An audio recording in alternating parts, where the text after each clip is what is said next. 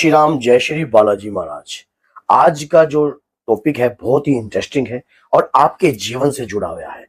क्या है कि हनुमान जी की शक्तियां अगर आपको प्राप्त हो चुकी हैं तो आप कैसे समझ सकते हो कि आपके शरीर पर हनुमान जी महाराज की तरंगे आ रही हैं, उनकी कृपा प्राप्त हुई है, उनके दूत आपको प्राप्त हो चुके हैं। देखिए, सबसे पहली बात यह है कि अगर हम परमात्मा की भक्ति करते हैं तो हमें शक्ति तो प्राप्त होती होती है। सबसे बड़ी बात यह सोचने की होती है कि वो शक्ति कब हमें प्राप्त होती है, क्योंकि जो है सब परमात्मा का ही तो है, लेकिन हम भी तो परमात्मा के हैं। अब हमारा विश्वास होता है हमारे इष्ट की कृपा को प्राप्त करना, हमारी आराध्य की कृपा को प्राप्त करना। अगर हनुमान जी महाराज की शक्ति आपको प्राप्त हो चुकी है तो कुछ ऐसे कार्य आपके जीवन के साथ आपके साथ जो है होने लग जाएंगे, जिन कार्यों को आपको समझने में बहुत ही मुश्किल भी हो सकती है और आसानी भी हो सकती है। पहला कार्य है, पहला ऐसा क्या कार्य होगा जो जीवन में आपके साथ जो है होने लग जाएगा। अगर वीडियो अच्छी लगती है तो लाइक कीजिए, शेयर कीजिए और चैनल को सब्सक्राइब कीजिए और एंड तक जुड़े रहना, तभी कोई बात का आपको पता लगेगा कि वाकई में ही कि ये अनुभव अगर मेरे जीवन में हो रहे हैं तो बाबा की कृपा मेरे साथ है और उन्होंने मुझे चुन लिया है। जिस व्यक्ति के अंदर हनुमान जी की कृपा या उनके तत्व उत्पन्न होने लग जाते हैं तो उस व्यक्ति में अहंकार नाम की चीज जो है वो खत्म होने लग जाती है। उसे किसी भी प्रकार का अहंकार जो है उसके मन में नहीं रहता है। और कभी भी जब किसी के शरीर पर दिव्य शक्ति होती है या दैविक शक्ति होती है तो उस व्यक्ति के शरीर के अंदर या उस व्यक्ति के मन के अंदर जो है अहंकार खत्म हो जाता है। और दूसरी बात ये कि हनुमान जी महाराज या किसी भी देवी देवता के प्रति सम्मान दृष्टि रखती है। मान लीजिए कभी ये नहीं लगता है कि भाई मेरी शक्ति बड़ी है या उसकी छोटी है, ऐसा कुछ नहीं उन व्यक्ति के मन में होता। और क्योंकि ये प्रैक्टिकल है।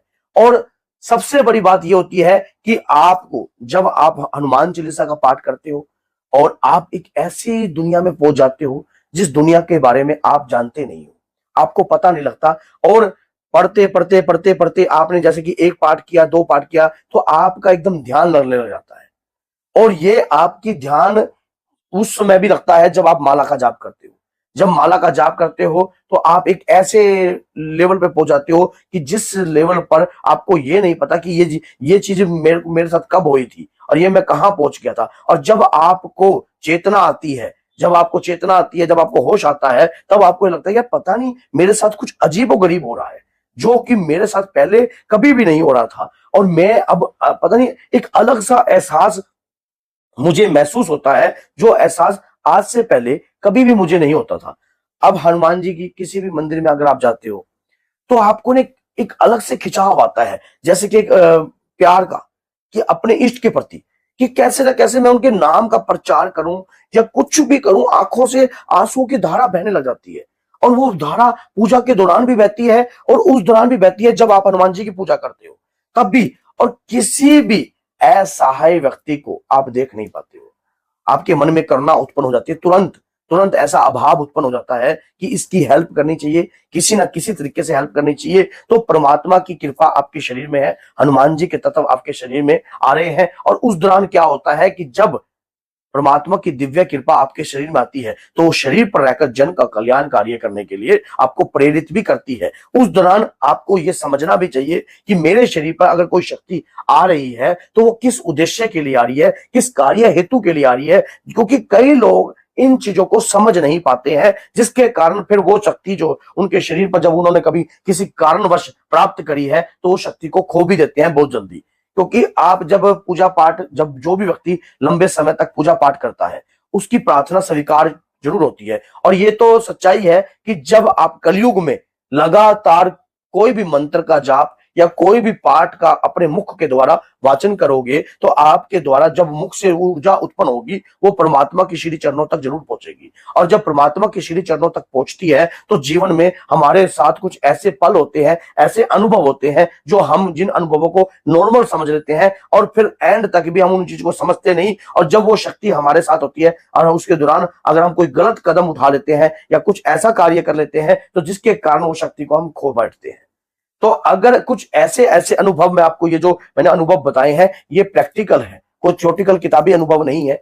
आपके साथ कुछ ऐसा अनुभव भी होगा जब आप नींद में, मान जब रात्रि को आप सोते हो तो आप और चीजें नहीं देखते हो, सिर्फ भक्ति भाव से जुड़ी हुई चीजें देखते हो। आपके मन में कुछ और देखने का मन ही नहीं करता है, सिर्फ ये मन करता है कि कैसे न कैसे या तो मैं रामायण का गुणगान करूं या मैं माँ दुर्गा के जो भी आपके इष्ट के प्रति खिंचाव उत्पन्न हो रहा है, जिस भी इष्ट की कृपा आपके ऊपर है, वो उसी की तरफ आपको अट्रैक्ट करेगी, उसी की कृपा की तरफ आपको अट्रैक्ट करेगी, उसी शक्ति की तरफ आपको अट्रैक्ट करेगी। आपके अंदर जो है वही चीज उत्पन्न होगी और वही खिंचाव का केंद्र बनेगा।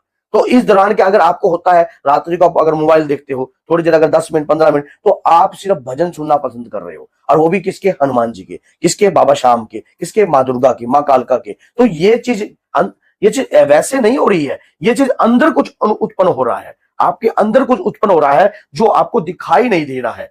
और परमात्मा की शक्ति लाखों की भीड़ में अपने भक्त को पहचान लेती है, अपने भक्त को चुन लेती है। आपके अंदर अगर ऐसी ऊर्जा उत्पन्न हो रही है, ये परमात्मा की कृपा के अनुसार ही हो रही है, क्योंकि अगर उनकी कृपा का हाथ हमारे शरीर पर ना हो या हमारे ऊपर ना हो तो हम उनकी एक पल भी उनकी भक्ति नहीं कर सकते। और जब हम उनकी भक्ति करते हैं, उसी भक्ति से परमात्मा प्रसन्न होकर हमें शक्ति प्रदान करते हैं, और जो शक्ति हमें प्राप्त होती है वो जन के कल्याण कार्य के हेतु के लिए प्राप्त होती है।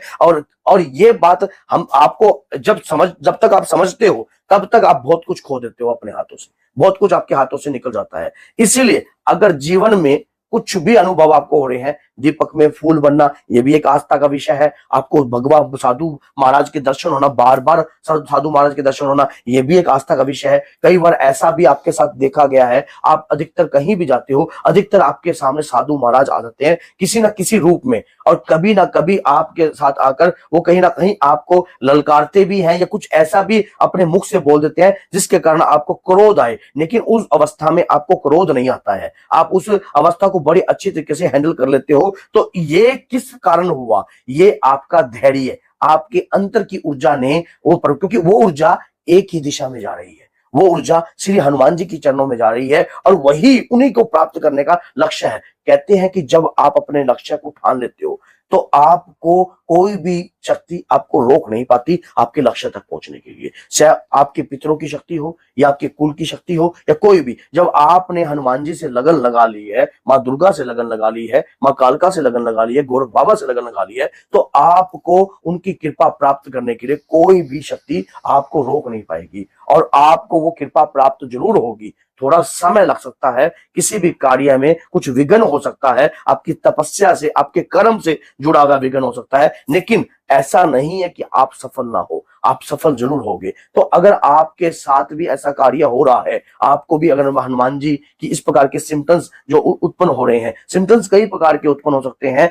कई प्रकार की आवाजें भी आ सकती हैं, जैसे सुगंध भी आ सकती है आपको, आप जब रात्रि में ध्यान अवस्था में होते हो या कुछ भी हो, आपको अलग सी महक आती है, तो ये जितने भी चीजें हैं, ये स्वयं वही है कि हनुमान जी की शक्ति आपके शरीर पर वास कर रही है, आपके शरीर पर। अब जो है आपको उन शक्तियों से कैसे संपर्क बनाना है, इस पर मैंने वीडियो बना रखी है, चैनल पर है, कि आपको अगर ये सिम्टम्स हो रहे हैं तो उसके बाद आपको कैसे संपर्क बनाना है शक्तियों से, और उन शक्तियों के दौरान आपको कैसे नियम रखने हैं। अगर दूत महाराज आपको प्राप्त हो चुके हैं या दूतों की कृपा आपको प्राप्त हो चुकी है, तो किस प्रकार से आपको अपने जीवन में नियम बनाकर चलना है। चैनल पर सभी वीडियो बनी हुई है, एक एक वीडियो आपके ज्ञान के लिए है, तो वीडियो को आपको पता लग जाएगा, सारी जानकारी प्राप्त हो जाएगी। तो वीडियो अच्छी लगती है तो लाइक कीजिए, शेयर कीजिए और चैनल को सब्सक्राइब कीजिए, ताकि अधिक से अधिक आपके लिए और भी ज्ञानवर्धक वीडियो हम ला सके। तो बोलिए जय सीताराम, जय श्री बालाजी महाराज।